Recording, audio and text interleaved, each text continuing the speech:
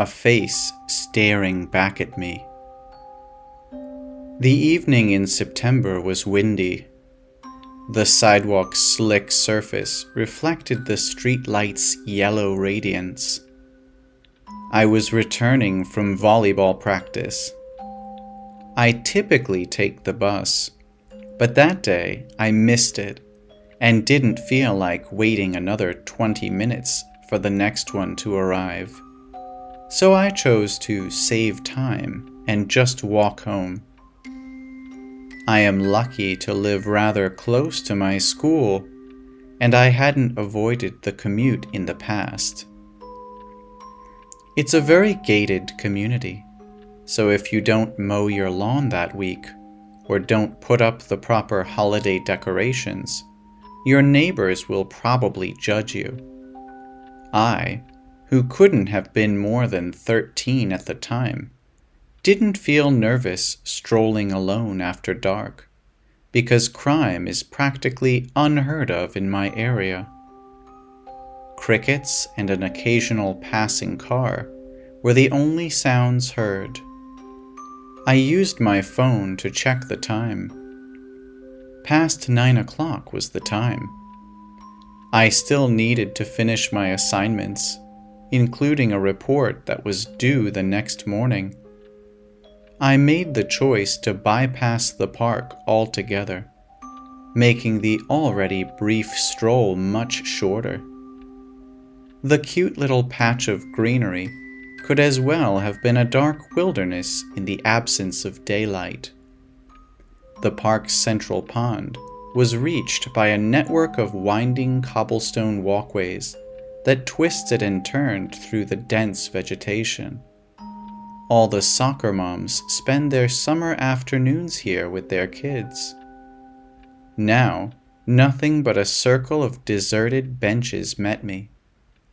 The pond was littered with twigs and dried-out leaves, with barely the occasional ripple. The 2 lampposts that were placed on either side of the clearing served as my only sources of illumination. I then spotted something when I turned to look at the trees. It just got my eye since I was looking in that direction at the time. What might have happened if I had chosen to disregard it? Would it simply have ignored me too? Or was it simply keeping watch on me and waiting for the proper time to make itself known? I wiped my spectacles with my sleeve, reapplied them, and squinted. Something pale and spherical was hanging between 2 pine trees. It appeared to have no significance. It was like a white dot in the center of a black canvas. I took a step closer to get a better look. My stomach turned as my heart did. There was a face staring back at me. I yelled as I leapt back. However, it didn't even blink as it continued to watch me with its big, glassy, doll-like eyes. It had porcelain-smooth lips and a deathly pale skin that gave off an artificial, almost mannequin-like appearance. There was a face staring back at me. I wanted to run and put as much distance as I could between me and that monstrosity, but my legs were immovable. No, I wasn't frozen by dread. I couldn't see what it was doing to me, but it was.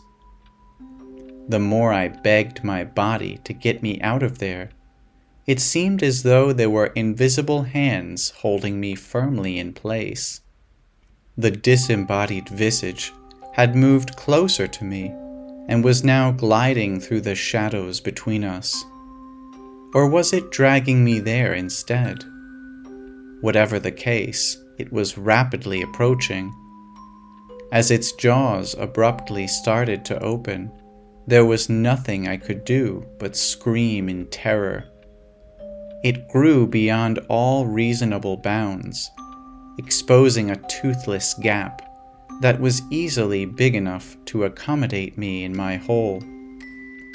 I struggled against the object holding me, but it didn't seem to make a difference. As its dark maw moved nearer, I could see the satisfaction and hunger in its eyes. Even though I've never been very religious, someone must have been watching out for me that night. What followed was nothing less than a miracle. I was abruptly pulled back by my sweatpants waistband, just as I was about to give in to my fate. The pale apparition's approach was obstructed from reaching me by a big hairy shadow that leapt in front of me. It appeared to be someone's dog based on the collar around its neck and the leash it trailed. I could only sit there and observe as it engaged the monster in the trees while I was still in shock. The entire park resounded to its gruff barks. What's the scariest part? I never learned what exactly that object was. A spirit? A creature? A result of a psychotic episode? For all I know, it might be smiling at me from across the room when I wake up one night. Thankfully, nothing similar has occurred in the 10 years since then, but I don't think the paranoia will ever totally go away. It probably doesn't help that the only witness I have is a real dog who is probably long dead. I am aware that it is usual to end stories like these with a caution. The issue is that I'm as aware of what transpired that evening as you are. I would love to discover a forum post or an old newspaper item that neatly verifies my experience, so believe me when I say that. Without a doubt, it would have spared me the years I've spent questioning my mental health. Unfortunately, such rarely occurs in the actual world. It seems that my luck doesn't go all that far. Instead, I'll just leave you with this brief piece of guidance. Please just take the friggin' bus if you have the option and it's late. Everything disappears. About 5 years ago, I divorced and was living alone in a 1-bedroom apartment. The place was clean and the rent was decent. One of those places had a doorman. I felt safe here.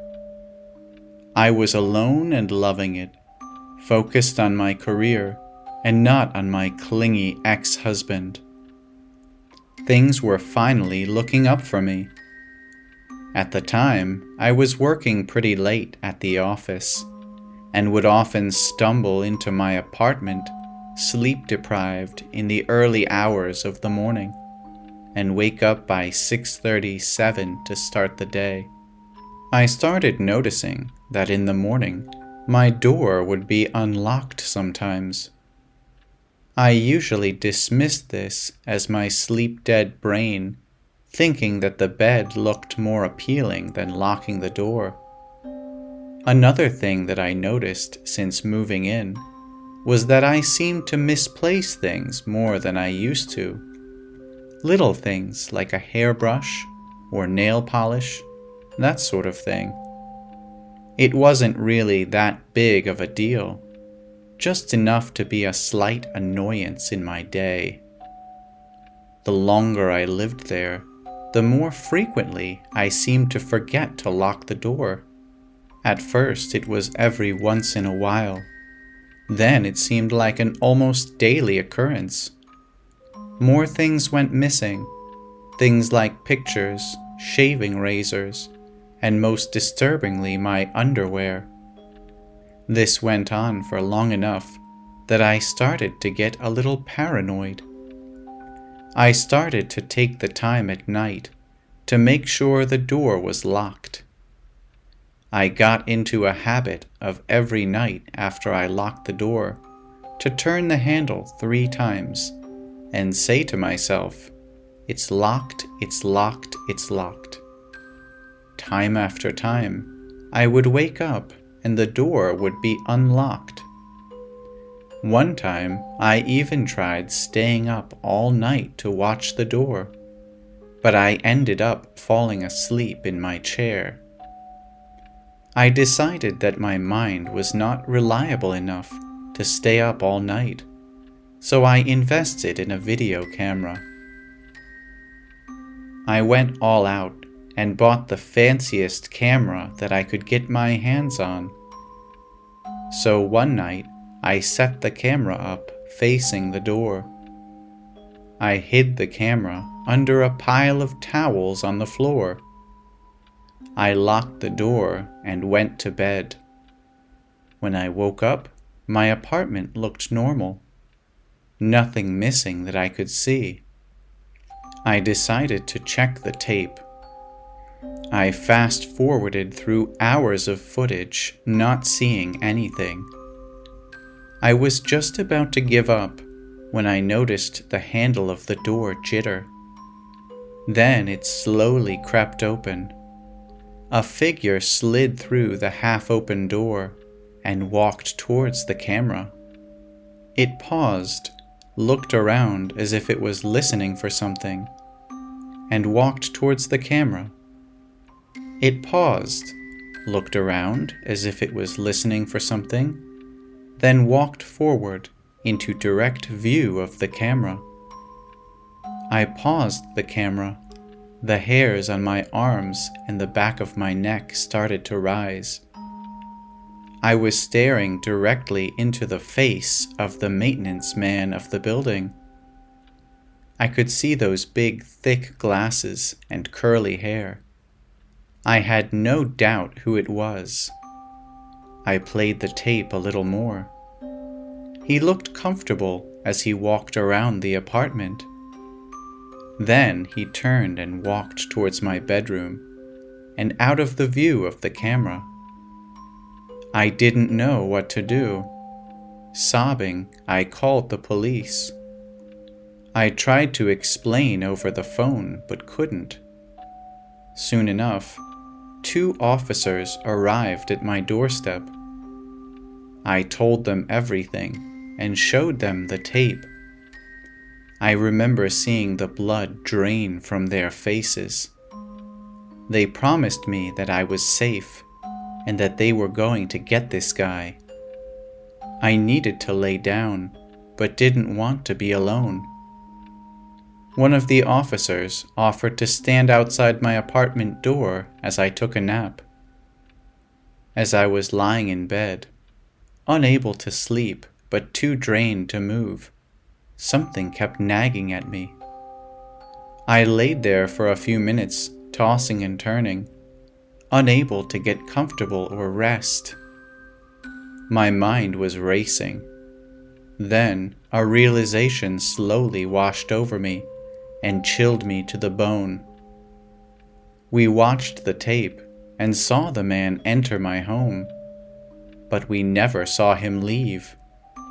I froze, then started shaking. I needed to get to the front door. I sat up and looked around the room. I couldn't see anyone. I swung my legs over the side of the bed cautiously. My feet hit the cold wood floor, and I felt warm breath on my ankles. I raced out of my apartment as fast as I could, and to the safety of the police officer. He called for backup. They found the man under my bed, clutching a knife and a Polaroid camera. I can't keep awake. It was a restless night. My mind raced with troubling thoughts, and I tossed and turned, trying to block them out and get some sleep. I looked at the alarm on my nightstand, and a dimly green 312 blinked back at me. I really needed to get that fixed.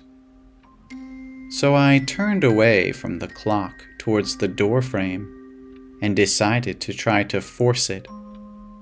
Clenching my eyes shut, tried to think about nothing.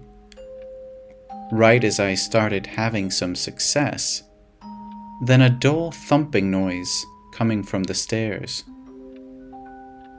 That was weird, I thought, as I am sure that both of my parents were usually asleep by now. I squinted out of the cracked door, heart racing. At the end of the hallway was the huge silhouette of someone or something. It lumbered towards his parents' bedroom, the thumping surprisingly quiet for a figure that size. I quickly broke out into a cold sweat and clenched my eyes shut again. I was imagining things, lost in thought and all alone. That was probably just his dad. The shadows were playing tricks in the night, I reassured himself to calm down. Just as he was certain it hadn't been real, he heard a louder thunk from my parents' bedroom. Then came a muffled gasping. My heart was racing, and he almost called out for my parents. But no, he kept telling himself, that'll make him have to tie me up too. I'll let him steal what he wants and leave. I pretended to be asleep, slowing my breathing, though every muscle in my body was tense. The thumping started up again, and it was getting louder. This time it was accompanied with a soft dragging sound. Both came closer and closer. My mind was paralyzed with fear. The thumping was in his room now. It was all he could do to not whimper. He heard shuffling and drawer open and close. Then it stopped, and the thumping started up again. It stopped right next to my bed. I can feel it staring at me, slowly and carefully. Also the smell of blood up in the air. It made me want to vomit. My mind screamed with fear, but urged to stay silent. Then he heard ruffling and dragging. The thing had wedged itself underneath my bed. I can feel tears forming as he forced himself not to scream. I waited for what seemed like hours, but there were no sounds and no movement. I knew he couldn't stay there forever. I had to make a run for it. I had to make sure he could get to the door before the thing could grab me. As I slowly half opened my eyes, carefully adjusting to the light, what I saw next drove all thoughts of escape from my mind. Leaning against the wall were the bodies of my mom and dad, locked in a bloody embrace. Their heads lay in their laps, mouths open in terror. I barely muffled a scream before seeing a trail of dark black leading from their gaping necks. Above their bodies, scrawled in their blood, was a message. I know you're awake. Someone is trying to scare my girlfriend. My girlfriend's mother is a longtime heroin user and has been in and out of jail for my girlfriend's whole life. When she lived with her mother and her mother's husband, she witnessed physical abuse and drug activity. She was forced to move out at a very young age in order to stay alive. She thought her mother was finally clean when her mother announced her pregnancy. After getting over the initial shock, my girlfriend decided to be supportive of her mother, since she thought she was clean. That was until her mother overdosed while pregnant. She decided to cut all contact at that point. My girlfriend is also a mandated reporter, and last year reported her mother and her mother's husband to the state, since she knew it wasn't a safe situation for the baby. The baby died in their house not even a month after birth, due to an overdose with signs of physical abuse. My girlfriend's mother was arrested for the murder of her baby and other charges. Her husband was arrested for child endangerment and other charges very recently. At first, the judge did not grant either of them bail. Eventually, her husband was granted bail, in which he posted. We did not know this until recently, which helped us put some of the pieces together. My girlfriend and I like to sit outside her house in the car and just chat or listen to music. Recently, there have been black cars around my girlfriend's house. She is also frequently followed by black cars when she drives me home. It's the same couple of black cars that do this. They're not just random ones. At first, we thought we were just paranoid, since everyone was still in jail. But when we found out that the husband was out of jail, we began to doubt our sanity. The first major thing happened after my girlfriend and I went on a dinner date. We got home after dark and sat in her car for about 45 minutes before we noticed the same black car passing by us every few minutes. After 10 minutes of that, a different car drove towards us, flicking its high beams on when it got close enough for us to see who was inside. It swerved into the oncoming lane, and I genuinely thought it was going to hit the passenger side of the car. It sped away, and we ran inside. After that, we started noticing the black cars more and more. This past Wednesday morning, around 3 a.m.-ish, the same distinct black van that we had been seeing pulled up outside of my house. This was weird because my GF and I live about 30 minutes from each other in 2 separate cities. A man got out of the van and shined a flashlight through my yard, scanning it almost. He shined the flashlight up at the window I was sitting at, kept it there for a second, then walked 30 feet to an empty driveway, scanned around there for 20 seconds before getting in the van and peeling away. The windows were ice-covered and frozen, so I couldn't make out the specifics of the van, but it was strange. A few nights later, my girlfriend and I spent some time hanging out in the car when we spotted a black van hiding behind another parked car further up the street. We could only see one headlight, but it creeped by us as we sat in the car. My girlfriend lives between 2 dead-end streets. Think of a very blocky U. She lives between the 2 prongs. The van went up the first dead end, 4 ways on, and sat for a few minutes before turning around and driving almost into the other lane of traffic to get close to us. It then went up the other dead end and stayed put. We thought it was weird that the van didn't just back out of the first dead end. instead opting to drive all the way up the narrow street and turn around. After a few minutes, we call a friend and recount the story just to get an extra opinion.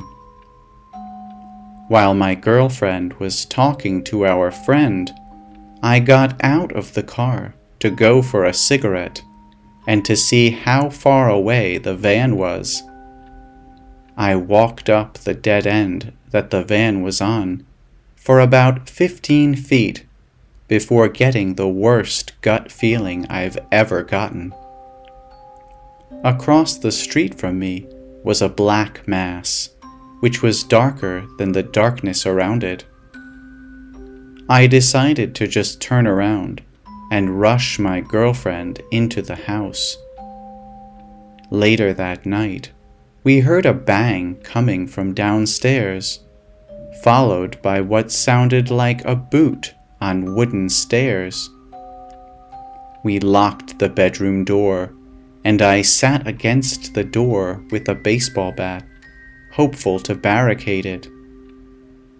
A few minutes later, we heard a car door slam before the sound of tires squeezing and a car driving away. Our initial idea was maybe it came from the TV, but we had paused it, and the TV in the next room is never loud enough to feel real. When I went downstairs an hour later to get water, there was nothing damaged or missing.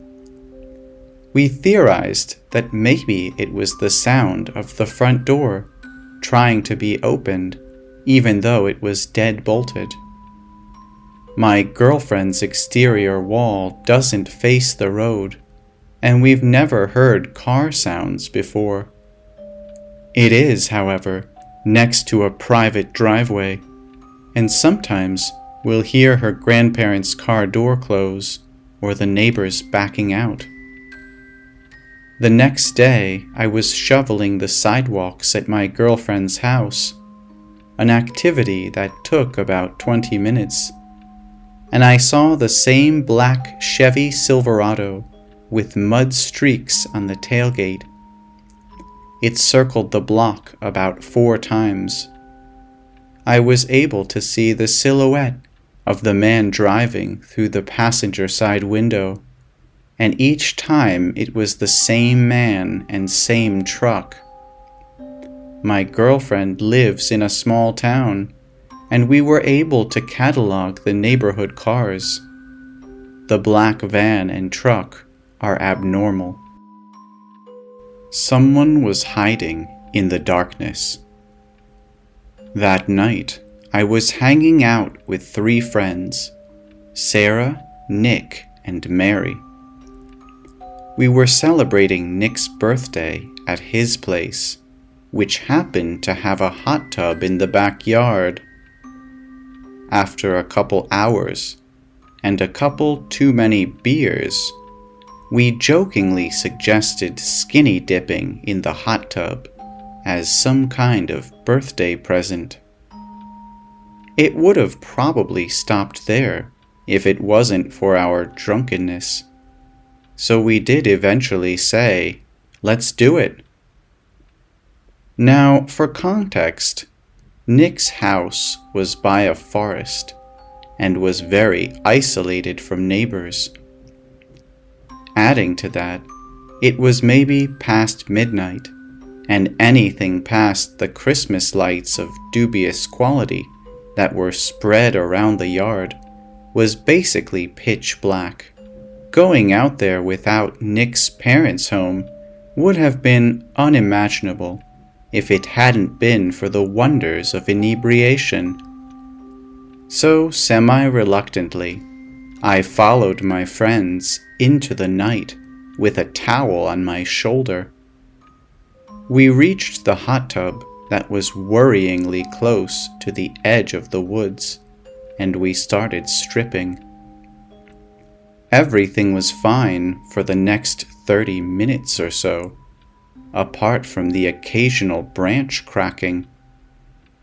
We were having fun, telling stories and the fear quickly faded away.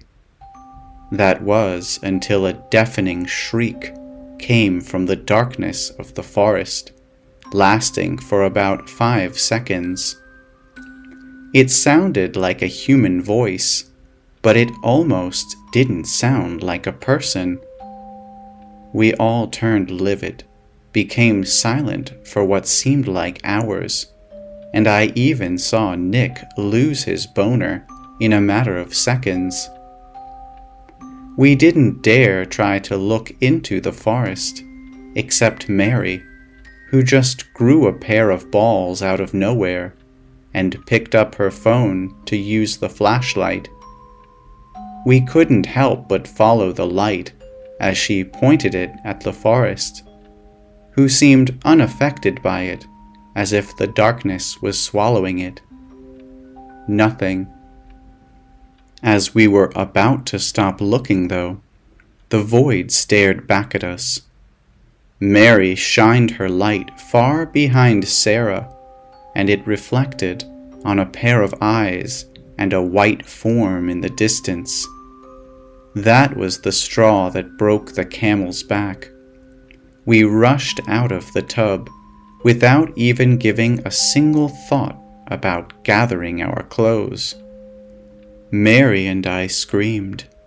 Apparently, her balls had been blown to smithereens, and we all ran towards the back entrance as fast as possible. Nick immediately got a knife, while we locked every door and window. We wanted to call Nick's parents, or the police, or anyone, but our phones were over by the forest where we'd left them. Seeing no other choice, Nick put shoes on and made a run for it. He'd managed to get his phone, but he'd heard loud breathing coming from the forest, meaning whatever it was hadn't left.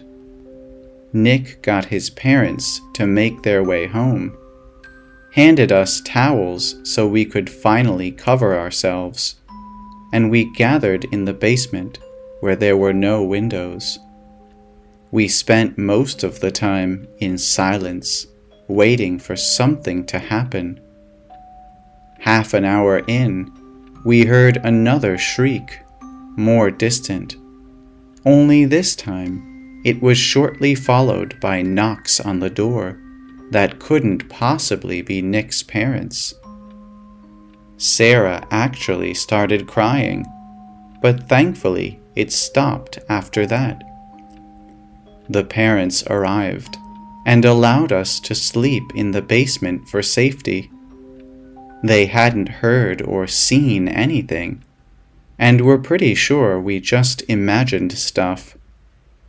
We hardly slept, and once the morning came, we went out to get our stuff. The phones, keys, wallets were all there. The only things missing were Nick's shirt and Sarah and Mary's panties. I wasn't wearing any that night. The Black Woods of Arizona. A wealthy man wanted to go hunting in a part of northern Arizona where few people had ever hunted. He traveled to a trading post and tried to find a guide to take him, but no one would do it. It was too dangerous, they said. Finally, he found an Indian who needed money badly, and he agreed to take him. The Indian's name was Fago. They made camp in the snow near a large frozen lake. For 3 days they hunted, but they had nothing to show for it. The third night, a windstorm came up. They lay in their tent, listening to the wind howling and the trees whipping back and forth. To see the storm better, the hunter opened the tent flap. What he saw startled him. There wasn't a breath of air stirring, and the trees were standing perfectly still. Yet he could hear the wind howling, and the more he listened, the more it sounded as if it were calling Fago's name. "Fago," it called. "Fago." I must be losing my mind, the hunter thought. But Fago had gotten out of his sleeping bag. He was huddled in a corner of the tent, his head buried in his arms. "What's this all about?" the hunter asked. "It's nothing," Fago said. But the wind continued to call to him, and Fago became more tense and more restless. "Fago," it called. "Fago." Suddenly he jumped to his feet, and he began to run from the tent. But the hunter grabbed him and wrestled him to the ground. "You can't leave me out here," the hunter shouted. Then the wind called again, and Fago broke loose and ran into the darkness. The hunter could hear him screaming as he went. Again and again he cried, "Oh, my fiery feet, my burning feet of fire!" Then his voice faded away, and the wind died down. At daybreak, the hunter followed Fago's tracks in the snow. They went through the woods, down toward the lake, then out onto the ice. But soon he noticed something strange. The steps Fago had taken got longer and longer. They were so long no human being could have taken them. It was as if something had helped him to hurry away. The hunter followed the tracks out to the middle of the lake, but there they disappeared. At first he thought that Fago had fallen through the ice, but there wasn't any hole. Then he thought that something had pulled him off the ice into the sky, but that made no sense. As he stood wondering what had happened, the wind picked up again. Soon it was howling as it had the night before. Then he heard Fago's voice.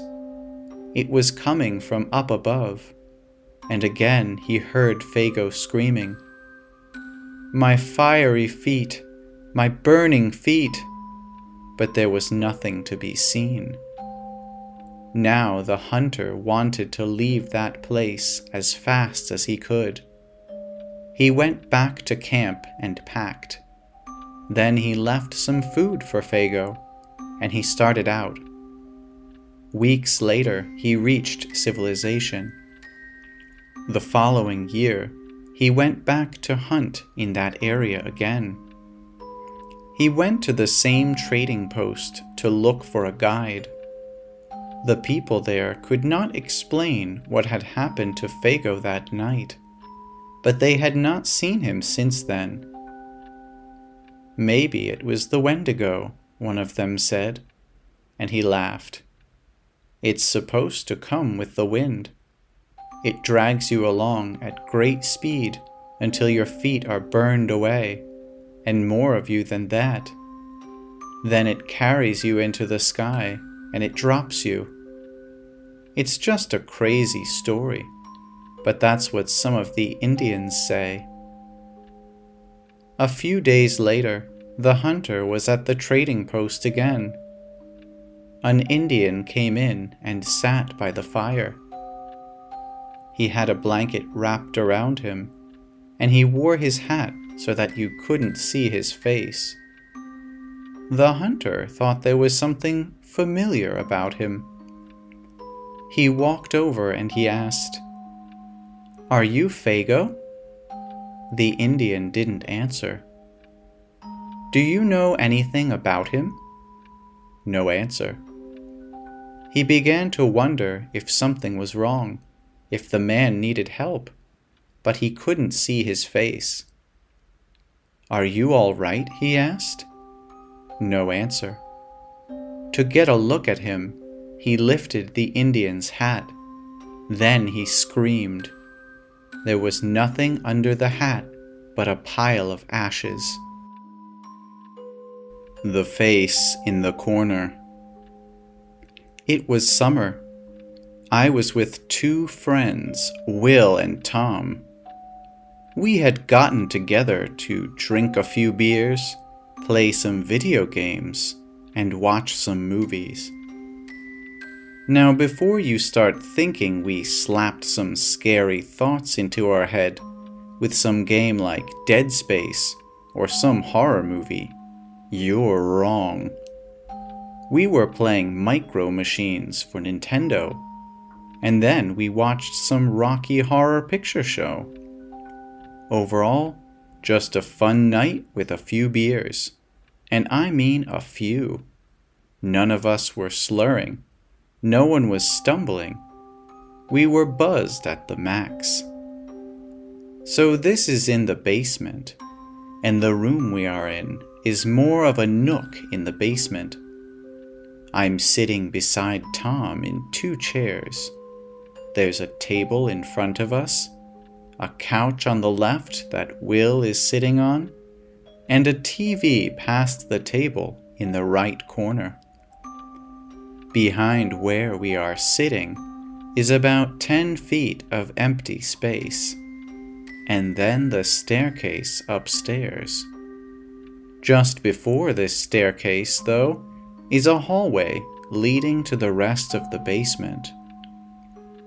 Now, I don't even like to bring this up with these 2 guys, because we're still uncomfortable about it all. Just sitting there, watching movies, Tom and I can only see the TV and the wall in front of us. We are blind to the hallway behind us, but Will, sitting on the couch, can see it. As we're about midway through Rocky Horror, we start noticing Will look past us in kind of an odd way. So I ask, what's going on? What is he looking at? Tom chimes in right away, saying he's seen him looking past us over a dozen times now, and quickly looking back to the TV. What the hell is he seeing? So Will says it's nothing. He's probably a little tired, but he keeps seeing a face pop around the corner behind us. We're like, what? A robber? What the hell, man?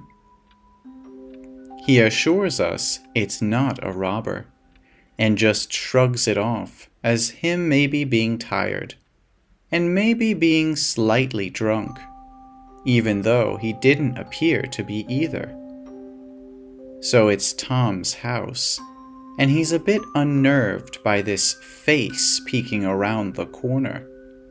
So we flick on the lights and look around and obviously find nothing. Back to watching the movie, and after 15 to 20 minutes, Will is again looking past us and rapidly back to the TV. At this point, he kind of whispers, "Okay guys, I'm creeped out now. It's back." But now he's refusing to shrug it off. He's saying there is actually something there. So I decide to sit beside him on the couch, telling him I'll keep an eye out on the corner with him, and we'll see. I also make sure to sit behind him, so when he looks at the corner, he's looking away from me. So now the TV is almost straight in front of me, slightly left. Will is on the right. Tom is further back, still sitting in the chair, with his back to the corner. I start glancing every so often towards the corner. Every glance brings a little disappointment that I'm not seeing anything. Finally, about 20 minutes later, I glance over to this corner as I am swigging my beer, and very rapidly pops out this head. It looks charred black. The eyes are glowing red, almost like they're reflecting fire. A grin that says, "I'm going to eat you before the night is out." Right as it disappears back behind the corner, our buddy Tom jumps out of his chair, kicks it backwards behind him, as if to act as a barrier towards something coming from behind. He then proceeds to yell, "I thought you guys were messing with me, but you both went pale and looked horrified at exactly the same time." Just one of those reactions you can't fake, where we both just reacted at exactly the same instant. So we're now all freaking out, pressed up against the wall, waiting for this thing to appear again.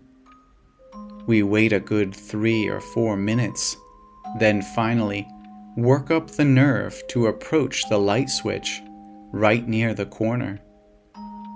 We grab a baseball bat from nearby and go hunting for whatever the hell is in the basement. Now we had just searched this basement, so we were familiar with where everything was. Just some boxes filled with records, a shelf of cassettes, and a pile of boxes in the center of the room. Well, some of the cassettes were pulled off the shelf. Some of the boxes were now in the center of the floor, and a bunch of the records were laid out on the floor as well. This creeped us the hell out. We checked the whole basement. Nothing. Move upstairs together. Search the entire house.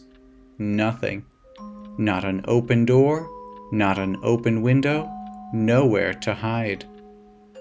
We finally give up the hunt and all huddle onto the couch where we watch another movie and hope the thing doesn't make another appearance. It didn't, and we didn't sleep at all. Still, to this day, we have no good ideas for what the hell happened, besides something crazy, like we were all exposed to fumes leaking into his basement, or something random like that. I will never forget that charred face, with that grin and the horrible red glowing eyes. And I wonder if anyone else has ever seen the face. The gift of fear. Years ago, I was on a cross-country trip, solo, to a family reunion. I was supposed to make it a friend's house, but there was horrible weather.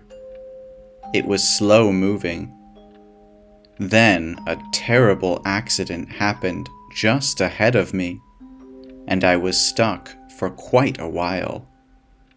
All told, I was 5 hours behind schedule.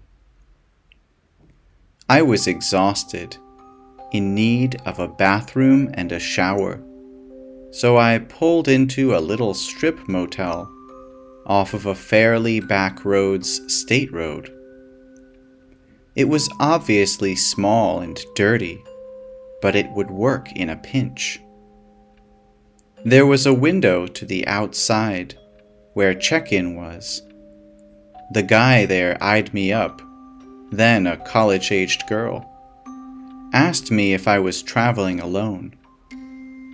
I went to hand him my ID and credit card, but he insisted cash only.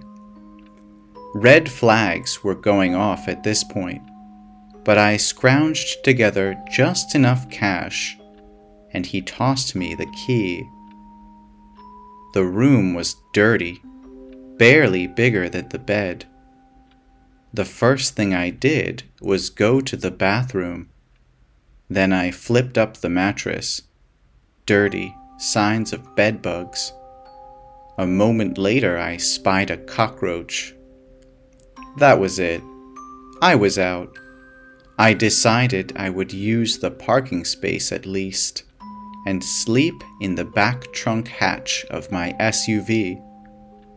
I curled up, using a suitcase for a pillow and random clothes for a blanket, and fell asleep for an hour.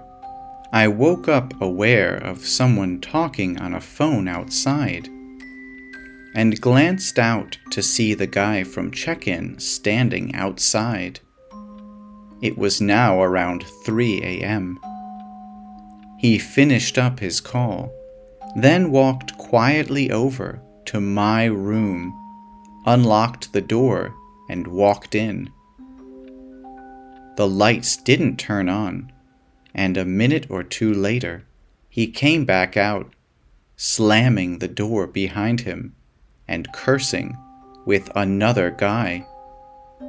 I hadn't seen Guy 2 enter, so I still don't know where he came from. They angrily talked for a moment. Then check-in guy walked over to my SUV. I covered up my head quickly with a shirt. After he tried the locked door, he peered in the back seat, but between my tinted windows and blending into the general mess, he didn't notice me in the hatch. The two guys walked away to the far side of the lot, talking more, the one gesturing across the street where a diner was. While they were distracted, I climbed up to the front seat and started up the SUV. They turning around in surprise as I pulled away. I called my friends back home and told them, but didn't want to worry my family, so I said nothing to them. When I got back home some 3 weeks later, we figured out the name of the hotel thanks to Google Maps and called the local police. They told me the place had closed down only days before I called. Edit. Frequent questions stuff. This was about a decade ago. Took place along 250, I believe, in Virginia. Place name was Mountaintop or Mountainside Motel. It was a single-story building, check-in window in the middle, tiny diner across the street, no other businesses nearby. My logic was that it was smarter than parking by the side of the road. Police took my info, never called me back, never found out anything from web searches immediately afterwards. At least one friend thought I misunderstood the situation, and there was a logical reason.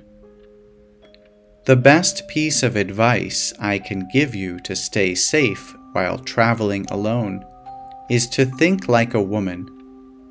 For example, if I'm going somewhere alone, I always let my housemates know where I'm going and approximately when I'll be back. I keep similar running routes so my family knows something's wrong if I haven't come back in a certain amount of time. If I have to walk across a dark parking lot to get to my car, I make sure I have my keys out before leaving the building, so I won't be standing alone outside my car looking for them. And most importantly, I don't ignore subtle feelings that something might be off about a situation. Go with your instincts and stay safe. The naked man follows us. This was very recent, 6 days ago to be exact. I am a huge fan of hiking, or just simply taking walks in the woods. The only time I go alone is when I am in the woods I live near. This day I was not. I was with my friend Lars in a walk about 3 hours from my house. We were planning on traveling around and staying at motels in the meantime. That day, we decided to take a walk in a popular area for people who like to walk in the woods like me. The catch was that this woods was freaking huge. Not really bad to us though. We were thrilled. There wasn't much. It was pretty. We escaped the crowd, but every now and then we would see someone walking by. We walked for a while until we got to this spot, not too different from the rest, except for one thing. Nobody else was around in the section. That's why me and Lars took this turn. The other turn had a bit of people. After a while of walking down this path, we spotted a man, a naked man. We gave each other the look and turned around. The man was slightly off path, bent over and looking at something. As me and Lars were walking back, talking about the strange man, I heard a voice behind me. I turned to see the man. He was talking to us about the bug he picked up. I got a good look at him. He was a bit tall, nothing crazy, bald with a few brown hairs beginning to grow, but completely naked. I flashed the man a smile and sped up. We got out of that place as fast as we could.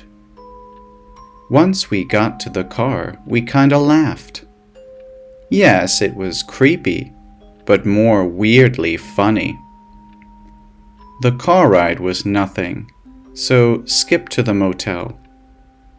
As we are checking in the motel, we see the man walk in. He was a bit hard to recognize, considering the fact that now he had clothes, just torn up clothes. He waited behind us in line.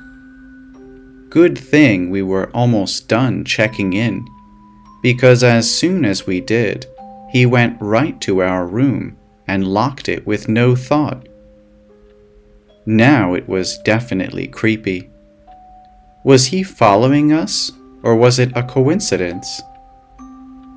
We both decided we weren't going to stay at this hotel for more than a night. Heck, I don't want to stay one night if it weren't for Lars telling me it's okay.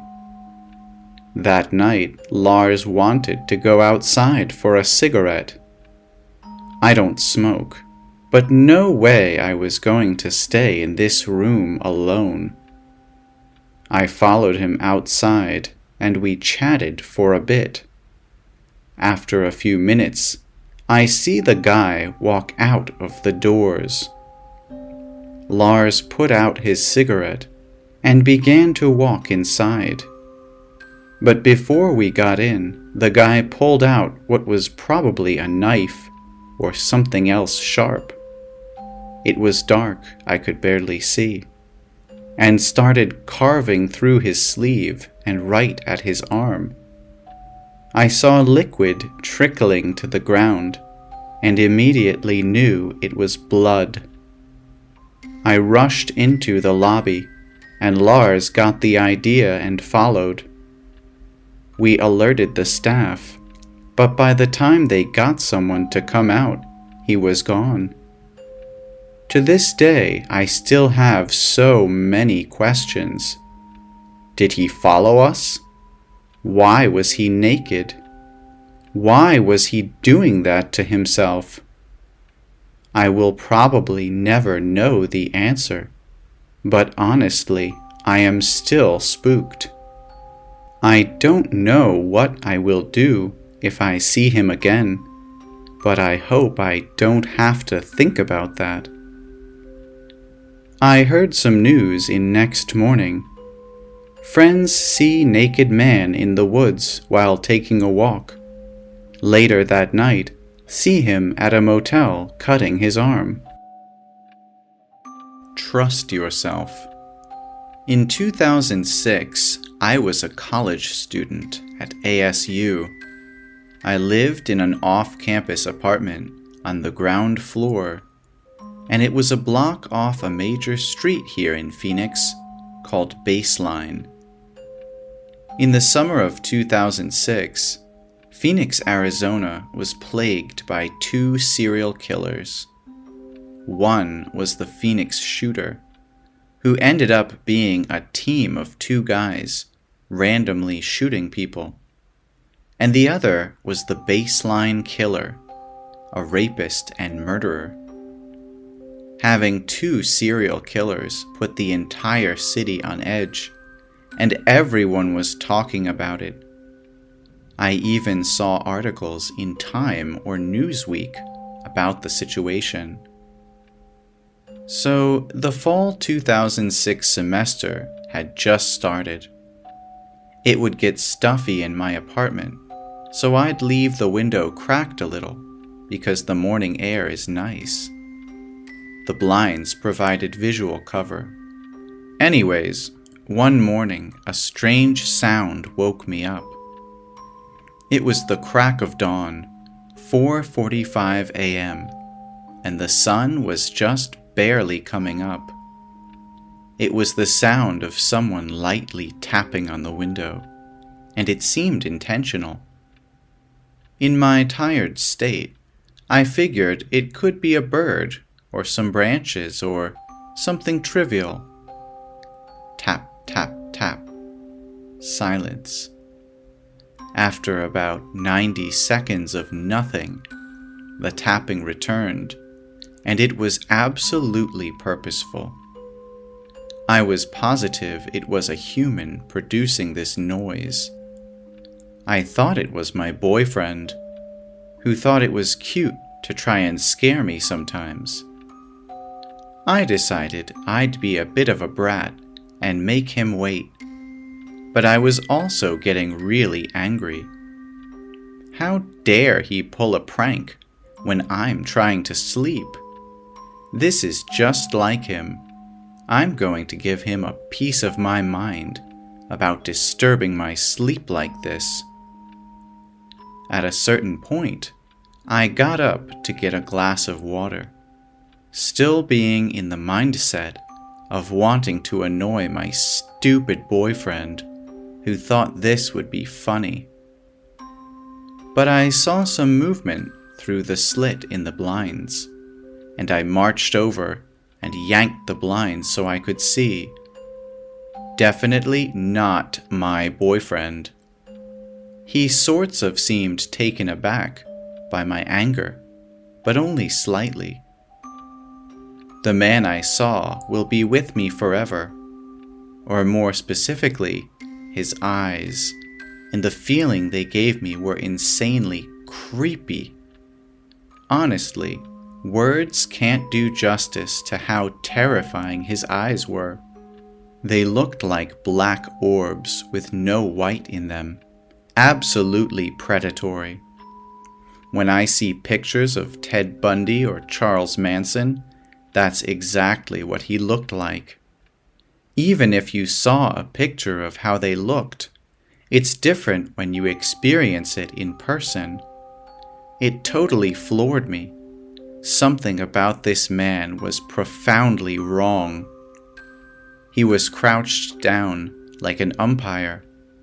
He had on dark pants, a dark purple shirt, and a dark Nike hat. He had dark skin. I thought he was Hispanic, but later I found out he was a light-skinned black guy.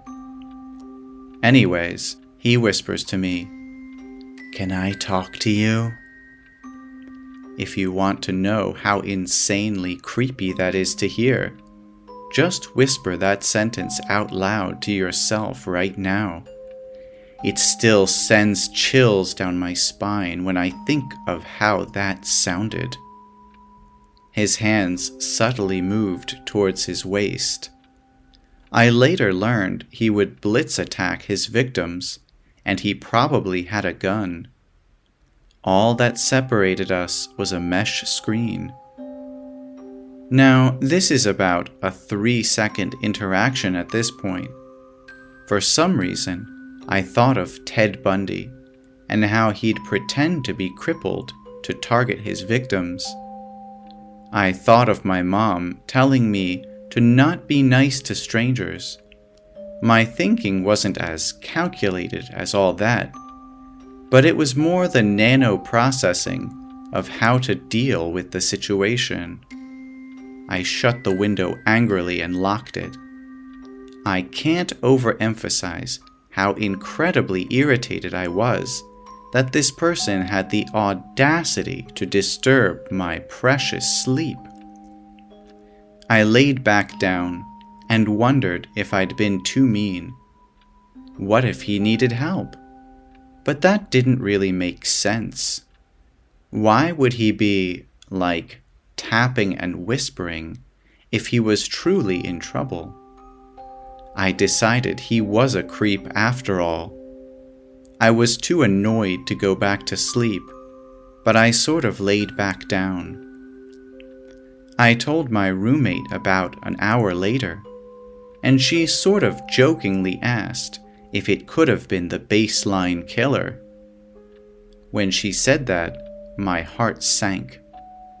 His face looked exactly like it did in the police sketches that were on billboards everywhere. The only problem is that those billboards showed him with dreads, and the man at my window had no dreads. Apparently, he was some sort of disguise artist who'd wear wigs. I called the Phoenix police, and the detective I talked to agreed that it sounded like his MO. The suspect would say something to throw off his target, and then he'd blitz attack.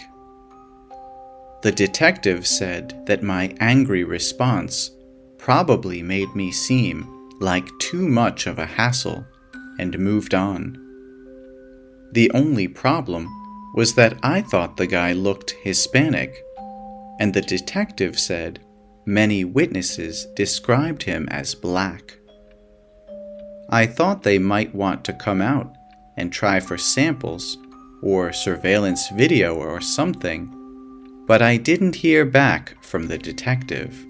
My parents freaked out, then got us knives, pepper spray, and put up signs.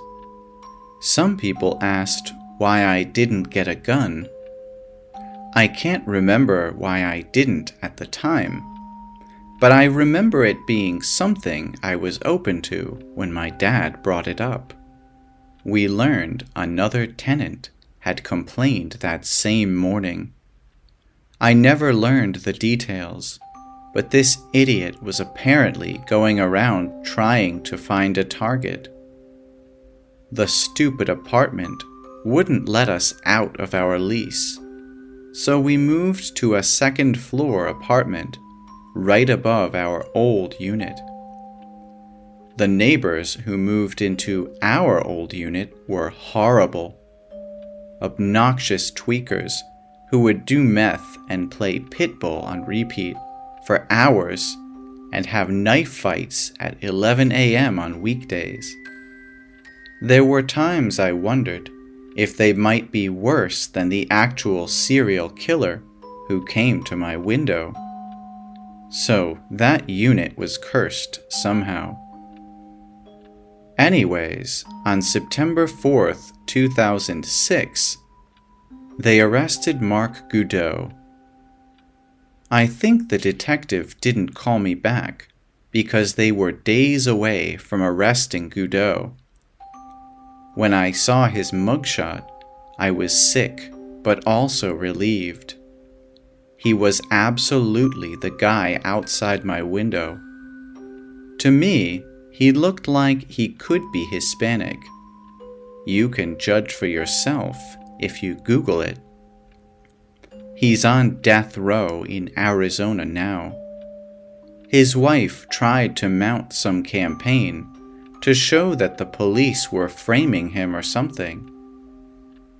On a personal level, it certainly would make for an interesting coincidence if this poor innocent man who they framed was also whispering like a creep and tapping my window. I can't think of something more scary than a serial killer tapping on your window. That actually happened to me, and if it happens to you, just scare them right back. Don't be afraid to be downright rude to someone who's injecting themselves into your space.